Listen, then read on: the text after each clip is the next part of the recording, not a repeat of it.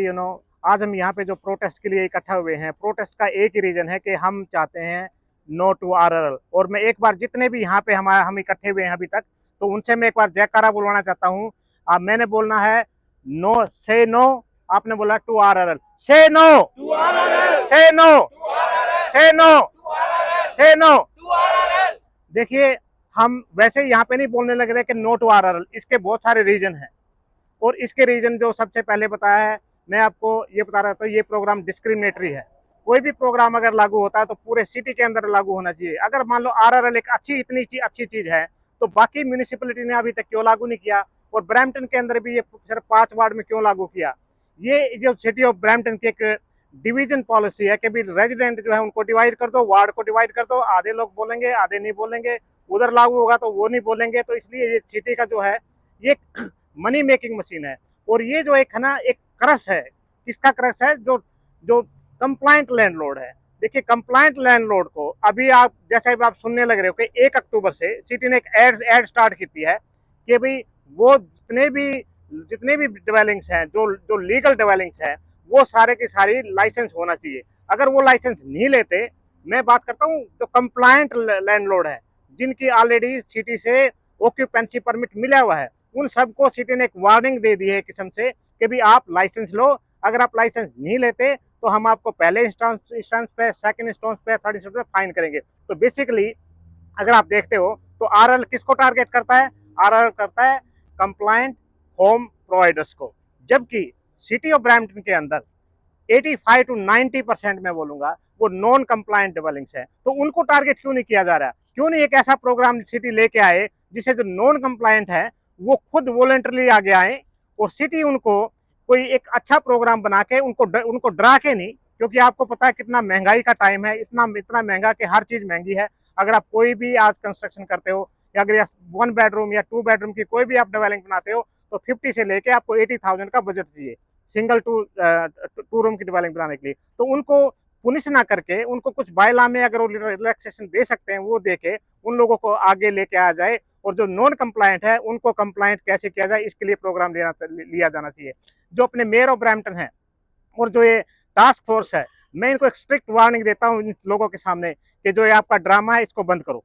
ये जो आरआरएल है ये कंप्लायंट लैंडलॉर्ड के लिए नहीं है, बिल्कुल नहीं है। और मैं जितने भी जो मेरी आवाज सुन रहे हैं, जितने भी ब्रैम्पटन के रेजिडेंट हैं जिनकी कंप्लायंट डिवेलिंग है, मैं उनको एक रिक्वेस्ट करता हूं कि आपने अपनी जो डिवेलिंग्स है जिसमें आपको ऑक्यूपेंसी परमिट मिला है उसके लिए लाइसेंस लेने की जरूरत नहीं है। अगर कोई इस तरह का इश्यू आता है और सिटी हमें ज्यादा धमकाएगा तो हम और ज्यादा स्ट्रिक्ट एक्शन लेंगे। हमें आप सब लोगों का साथ चाहिए, और इस मामले में जो आपको नॉन कोऑपरेशन करना है सिटी के साथ, क्योंकि हम कंप्लायंट हैं। और दूसरा, हम डरने वाले नहीं है, हम काम करने वाले हैं और काम करेंगे, लेकिन मिल के काम करेंगे। तो आप जितने भी लोग हैं, जहां तक हमारी आवाज आती है, मैं अपना नंबर शेयर करता हूं। हमारा जो ब्रैम्पटन होम प्रोवाइडर एसोसिएशन है उसका भी नंबर है, आप इजी नंबर है, कॉल कर सकते हो, कुछ भी पूछ सकते हो। और हमने जो है एक कुछ फ्लायर भी बनवाए हैं, उन फ्लायर को आप पढ़िए, आपको पता लगेगा कि भी हम जो आरआरएल के अगेंस्ट क्यों हैं। हम इस चीज के अगेंस्ट नहीं है कि भी सिटी अच्छा नहीं होना चाहिए। देखिए, जो सिटी के 3 कंसर्न थे, सिटी का पहला कंसर्न है ओवर क्राउडिंग, दूसरा था गार्बेज का, और तीसरा था प्रॉपर्टी स्टैंडर्ड्स का। प्रॉपर्टी स्टैंडर्ड्स में आता है कि भी आप ग्रास की कटिंग है या स्नो रिमूवल का है, ठीक है, तो उसके लिए आरआरएल की कोई जरूरत नहीं है, क्योंकि हमारे पास ऑलरेडी एग्जिस्टिंग बायलॉज हैं। अगर किसी घर में ओवर क्राउडिंग है, किसी घर में प्रॉपर्टी स्टैंडर्ड मेंटेन नहीं है, कोई गार्बेज का इश्यू है, तो उसके लिए ऑलरेडी बायलॉज हैं, और उनको आप कंप्लाइंट कर सकते हैं, उनको आप टिकट दे सकते हैं। लेकिन हम जो है जो टेनेंसी, रेजिडेंशियल टेनेंसी एक्ट का जो वायलेशन है इस प्रोग्राम के अंदर, के भी कभी भी सिटी इंस्पेक्टर, हमें इंस्पेक्टर राज नहीं चाहिए कि कभी भी अगर आपने लाइसेंस ले लिया तो आपने गुनाह कर दिया कि भी सिटी इंस्पेक्टर आपके घर पे आएगा, आपके घर के अंदर घुसेगा, किसी भी टाइम घुस सकता है, 24 घंटे 7 दिन आप हुक पे हैं। क्यों? अगर हम एज ए लैंडलॉर्ड अगर किसी अपनी प्रॉपर्टी टेनेंटेड की हमने, तो हम वहां भी जाते हैं, तो हम उनको नोटिस देते हैं बाकायदा कि भाई हमें आना है, हमें मिलना है, अनलेस एंड अनटिल कोई इमरजेंसी ना हो। तो उसके बाद एक अपॉइंटमेंट सेट होती है, उसके बाद आप जाके टेनेंट से बात कर सकते हो। लेकिन यहाँ तो धक्का है कि आपने परमिशन दे दी, परमिशन किसने दी है? लैंडलॉर्ड ने दी है, टेनेंट से परमिशन नहीं है। तो जो रेजिडेंशियल टेनेंसी एक्ट का वायलेशन है, तो ये जो प्रोग्राम है ये रेजिडेंशियल टेनेंसी एक्ट का भी वायलेशन है, प्राइवेसी एक्ट का भी है, ये डिस्क्रिमिनेटरी भी है, और भी कुछ हो सकता है। ये प्रोग्राम सबका है और स्मॉल लैंडलॉर्ड को टारगेट किया जा रहा है। जैसे कि रवि जी ने बताया कि समान लैंडलॉर्ड हैं जो पीसफुल है, जिन्होंने अपना कंप्लाइंट यूनिट किया है, उन्हीं को इस प्रोग्राम से टारगेट किया जा रहा है, और जो कि एक्सेप्टेबल नहीं है। और फिर मैं वही बात कहता हूँ दोबारा से, आपको डरने की जरूरत नहीं है। Brampton no need to go in panic कि सिटी और इंस्पेक्टर अभी आएगा और 1 अक्टूबर से आपको फाइन लगना शुरू हो जाएगा। आपने कोई यूनिट रजिस्टर नहीं करानी है, कोई रजिस्टर नहीं करानी है।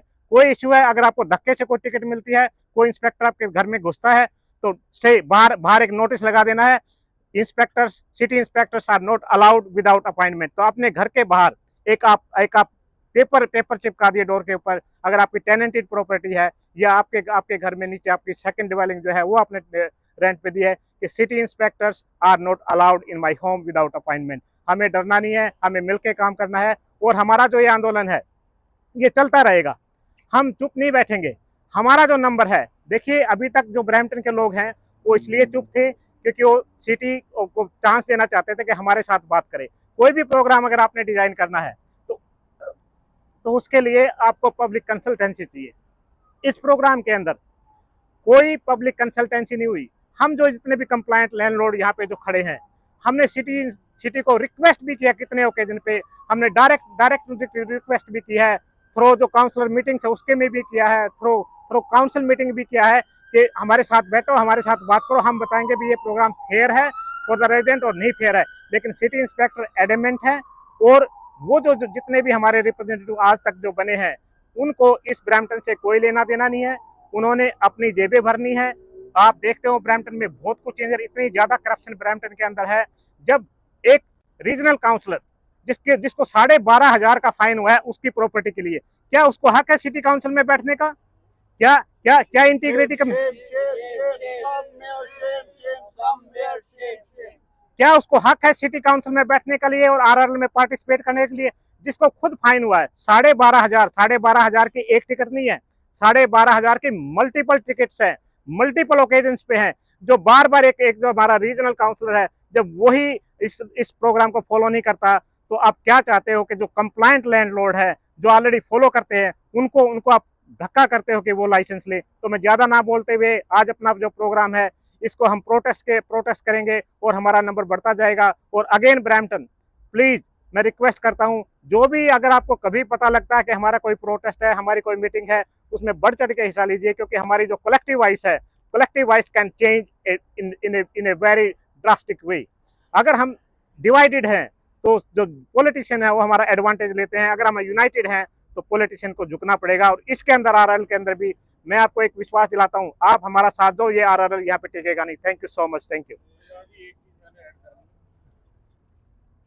हेलो हेलो हेलो, कम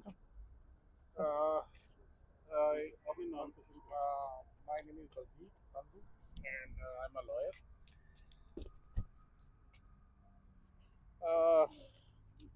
ਮੈਨੂੰ ਸਿਰਫ ਇੱਕ ਜਿਹੜੀ ਚੀਜ਼ ਹੈਗੀ ਹੈ, ਜਿਹੜੀ ਕਾਫੀ ਇਹਨਾਂ ਨੇ ਜਿਹੜੀ ਚੀਜ਼ ਨਹੀਂ ਕਵਰ ਕੀਤੀ ਹੈ, ਸਿਰਫ ਮੈਂ ਉਹੀ ਪੁਆਇੰਟ ਨੂੰ ਕਵਰ ਕਰਨਾ ਚਾਹੁੰਦਾ। ਇਹ ਬੜਾ ਸਿੰਪਲ ਹੈ ਕਿ ਜਿਹੜਾ ਇਹ ਐਕਟ ਹੈ, ਇਹਦੇ ਨਾਲ ਇਹ ਚੀਜ਼ ਦੇਖੋਗੇ, ਇਹਦੇ ਨਾਲ ਜਿਹੜਾ ਕੰਫਲਿਕਟ ਹੈ ਉਹ ਲੈਂਡਲੋਰਡ ਔਰ ਟੈਨੈਂਟ ਦੇ ਵਿੱਚ ਬਹੁਤ ਜ਼ਿਆਦਾ ਵੱਧ ਜਾਣਾ। ਕਿਉਂਕਿ ਜਦੋਂ ਉਹਨਾਂ ਨੂੰ ਪਾਰਕਿੰਗ ਦੀ ਟਿਕਟ ਦਿੱਤੀ ਜਾਂ ਜਦੋਂ ਕੋਈ ਵੀ ਉੱਥੇ ਕੋਈ ਉਹਨਾਂ ਨੇ ਵਾਇਲੇਸ਼ਨ ਕੀਤੀ, ਉਹਦੇ ਜਿਹੜੀ ਟਿਕਟਸ ਵਗੈਰਾ ਨੇ ਉਹ ਸਾਰੀਆਂ ਲੈਂਡਲੋਰਡਸ ਨੂੰ ਆਉਣੀਆਂ ਨੇ। ਤੇ ਉਹ ਜਦੋਂ ਉਹਨਾਂ ਦਾ ਕੰਫਲਿਕਟ ਵਧਿਆ, ਉਹਦੇ ਨਾਲ ਟੈਨੈਂਟ ਬੋਰਡ ਆਲਰੇਡੀ ਜਿਹੜਾ ਹੈਗਾ 2-2 ਸਾਲ ਉੱਥੇ ਟਾਈਮ ਪੀਰੀਅਡ ਨਹੀਂ ਹੈਗਾ ਉਹਨਾਂ ਕੋਲ ਸੁਣਨ ਵਾਸਤੇ। ਤੇ ਜਦੋਂ ਸਾਡੇ ਕੋਈ ਪ੍ਰੋਬਲਮ ਆਈ, ਅਸੀਂ ਟੈਨੈਂਟ ਬੋਰਡ ਕੋਲ ਜਾਵਾਂਗੇ ਕਿ ਭਾਈ ਕਿ ਇਹਨੂੰ ਜਾਂ ਤੈਨੂੰ ਵੈਕਟ ਕੀਤਾ ਜਾਏ ਯੂਨਿਟ ਨੂੰ, ਕਿ ਸਾਨੂੰ ਇਹ ਟੈਨੈਂਟ ਨਹੀਂ ਚਾਹੀਦਾ ਹੈਗਾ। ਤੇ ਸਿਟੀ ਜਿਹੜਾ ਹੈਗਾ ਕਿ ਉਹਦੇ ਵਾਸਤੇ ਕੋਈ ਰੈਜੂਲੇਸ਼ਨ ਨਹੀਂ ਹੈਗਾ ਇਹਨਾਂ ਕੋਲ, ਤੇ ਇਹ ਅਸੀਂ ਹੋਰ ਜ਼ਿਆਦਾ ਡਿਫਿਕਲਟ ਪੋਜੀਸ਼ਨ ਚਲੇ ਜਾਵਾਂਗੇ। ਬੇਸਿਕਲੀ ਉਹਨਾਂ ਦਾ ਜਿਹੜਾ ਮੋਟਿਵ ਇਹੀ ਹੈਗਾ ਕਿ ਇਹ ਹੁਣ ਅੱਗੇ ਯੂਨਿਟਾਂ ਜਿਹੜੀਆਂ ਨੇ ਰੈਂਟ ਤੇ ਦੇਣ ਹੀ ਨਾ, ਕਿ ਇਹ ਜਿਹੜੇ ਫਾਈਨੈਂਸ਼ੀਅਲੀ ਜਿਹੜੇ ਲੈਂਡਲੋਰਡ ਨੇ ਹੋਰ ਜ਼ਿਆਦਾ ਡਰੇਨ ਹੋ ਜਾਣ ਤੇ ਇਹ ਹੋਰ ਜ਼ਿਆਦਾ ਫਾਈਨੈਂਸ਼ੀਅਲ ਕ੍ਰਾਈਸਿਸ 'ਚ ਆ ਜਾਣ। ਜਿਵੇਂ ਸਾਨੂੰ ਪਤਾ ਹੈ ਕਿ ਆਲਰੇਡੀ ਦਾ ਇੰਟਰਸਟ ਰੇਟ ਤੇ ਜਿਹੜੀ ਮੌਰਗੇजेस ਨੇ ਆਲਰੇਡੀ ਜਿਹੜੀਆਂ ਹੈਗੀਆਂ ਨੇ ਉਹ ਵਧੀਆ ਹੋਈਆਂ ਨੇ, ਤੇ ਕਾਫੀ ਡਿਫਿਕਲਟ ਟਾਈਮ ਹੈ ਹਰ ਬੰਦੇ ਵਾਸਤੇ। ਤੇ ਇਹਦੇ ਕਰਕੇ ਸਾਨੂੰ ਜਿਹੜਾ ਹੈਗਾ ਕਿ ਇਹਨੂੰ ਇਹ ਕਿਸੇ ਤਰੀਕੇ ਨਾਲ ਵੀ ਜਿਹੜਾ ਹੈਗਾ ਇਹਨੂੰ ਜਿਹੜਾ ਹੈਗਾ ਸਾਨੂੰ ਇਹ ਜਿਹੜਾ ਲਾਅ ਜਿਹੜਾ ਨਾ ਬਾਈ ਲਾਅ ਬਣਾਇਆ, ਇਹਨੂੰ ਅਸੀਂ ਕਿਸੇ ਤਰੀਕੇ ਨਾਲ ਵੀ ਇਹਨੂੰ ਫਿਨਿਸ਼ ਕਰਨਾ। ਇਹਨੂੰ ਮਤਲਬ ਕਿ ਅਸੀਂ ਇਹਨੂੰ ਸਿਟੀ ਨੂੰ ਇਹ ਵਾਪਸ ਹੀ ਲੈਣਾ ਪੈਣਾ ਕਿਵੇਂ ਵੀ ਕਰਕੇ।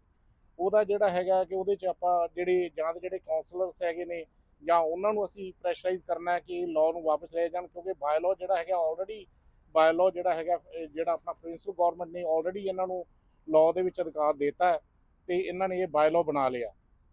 ਹੋਰ ਜਿਹੜੇ ਸਾਡੇ ਪ੍ਰੋਵਿੰਸ਼ਲ ਦੇ ਨੋਮਨੀਸ ਹੈਗੇ ਨੇ ਉਹਨਾਂ ਨੂੰ ਅਸੀਂ ਹੋਰ ਜ਼ਿਆਦਾ ਮੀਟ ਕਰੀਏ, ਫੈਡਰਲ ਗਵਰਨਮੈਂਟ ਦੇ ਜਿਹੜੇ ਨੋਮਨੀਸ ਨੇ ਉਹਨਾਂ ਨੂੰ ਮੀਟ ਕਰੀਏ। ਕਿਸੇ ਤਰੀਕੇ ਨਾਲ ਵੀ ਆਪਾਂ ਜਿਹੜਾ ਇਹ ਲਾਅ ਹੈਗਾ ਇਹਨੂੰ ਅਸੀਂ ਮਤਲਬ ਕਿ ਇਹਨੂੰ ਵਾਪਸ ਕਰਵਾਉਣਾ ਹੀ ਕਰਵਾਉਣਾ ਤੇ ਦੈਟਸ ਆਈ ਵਾਂਟਡ ਟੂ। एक मिनट देखिए, बिल्कुल सही बात है। जब हम कोई प्रॉपर्टी टेनेंटेड है, कोई भी प्रॉपर्टी टेनेंटेड है, उसके अंदर टेनेंट रहता है और हम एक लीज एग्रीमेंट साइन करते हैं टेनेंट के साथ। जब टेनेंट बोलता है कि मैं इसका रेंट पे करूंगा, मैं इस प्रॉपर्टी को मेंटेन करूंगा, जो भी फायर कोड है उसको मेंटेन करूंगा, प्रॉपर्टी की जो स्टैंडर्ड्स है उनको मेंटेन करूंगा। तो ये बताइए कि भाई टेनेंट के एक्शन के लिए जो लैंडलॉर्ड है वो रिस्पॉन्सिबल क्यों है? क्या लैंडलॉर्ड हर वीक आके चेक करेगा कि भाई मैंने गार्बेज हटाया है, नहीं हटाया, इसका गार्बेज ओवरफ्लो है, नहीं है? तो बेसिकली जो ओंटारियो लैंडलॉर्ड ट्रिब्यूनल बोर्ड है, इसके अंदर इतनी कमियां हैं। आप पिन उठाओ, आप पिन लगाते जाओगे कि ये कमी, ये कमी, ये कमी। तो ओंटारियो लैंडलॉर्ड ट्रिब्यूनल बोर्ड है, उसके अंदर जो यहाँ पे लैंडलॉर्ड को जो पुनेटिव किया जाता है, हर बार पुनेटिव किया जाता है, तो लैंडलॉर्ड जो ओंटारियो लैंडलॉर्ड ट्रिब्यूनल बोर्ड है उसकी ओवरहालिंग करने की जरूरत है। और लैंडलॉर्ड के साथ साथ जो जो जो जो टेनेंट है उसको रिस्पॉन्सिबल करने का कि भाई अगर उसने कोई प्रॉपर्टी रेंट पे ली है तो उसकी जिम्मेवारी है, कोई भी टिकट मिलती है वो उसको मिलनी चाहिए। और जितनी भी यूटिलिटी हैं, अगर टेनेंट वहां पे रहता है तो टेनेंट उसके लिए जिम्मेवार होना चाहिए। चाहे चाहे चाहे रीजन ऑफ पील के अंदर वाटर का बिल हो, वाटर का बिल भी लैंडलॉर्ड को ट्रांसफर नहीं होना चाहिए। बिल्कुल जो ये है ये टेनेंट फ्रेंडली जो है सेक्टर है, चाहे आप प्रोविंस सेक्टर कह लो, चाहे आप म्यूनिसिपल सेक्टर कह लो, चाहे फेडरल सेक्टर कह लो। तो हम सब ने मिलकर ये आरआरएल हमारा एक पॉइंट है। उसके बाद हमारा जो ओंटारियो लैंडलॉर्ड ट्रिब्यूनल बोर्ड है उसके ऊपर भी हम काम करेंगे और हमें आपका सहयोग चाहिए। Thank you.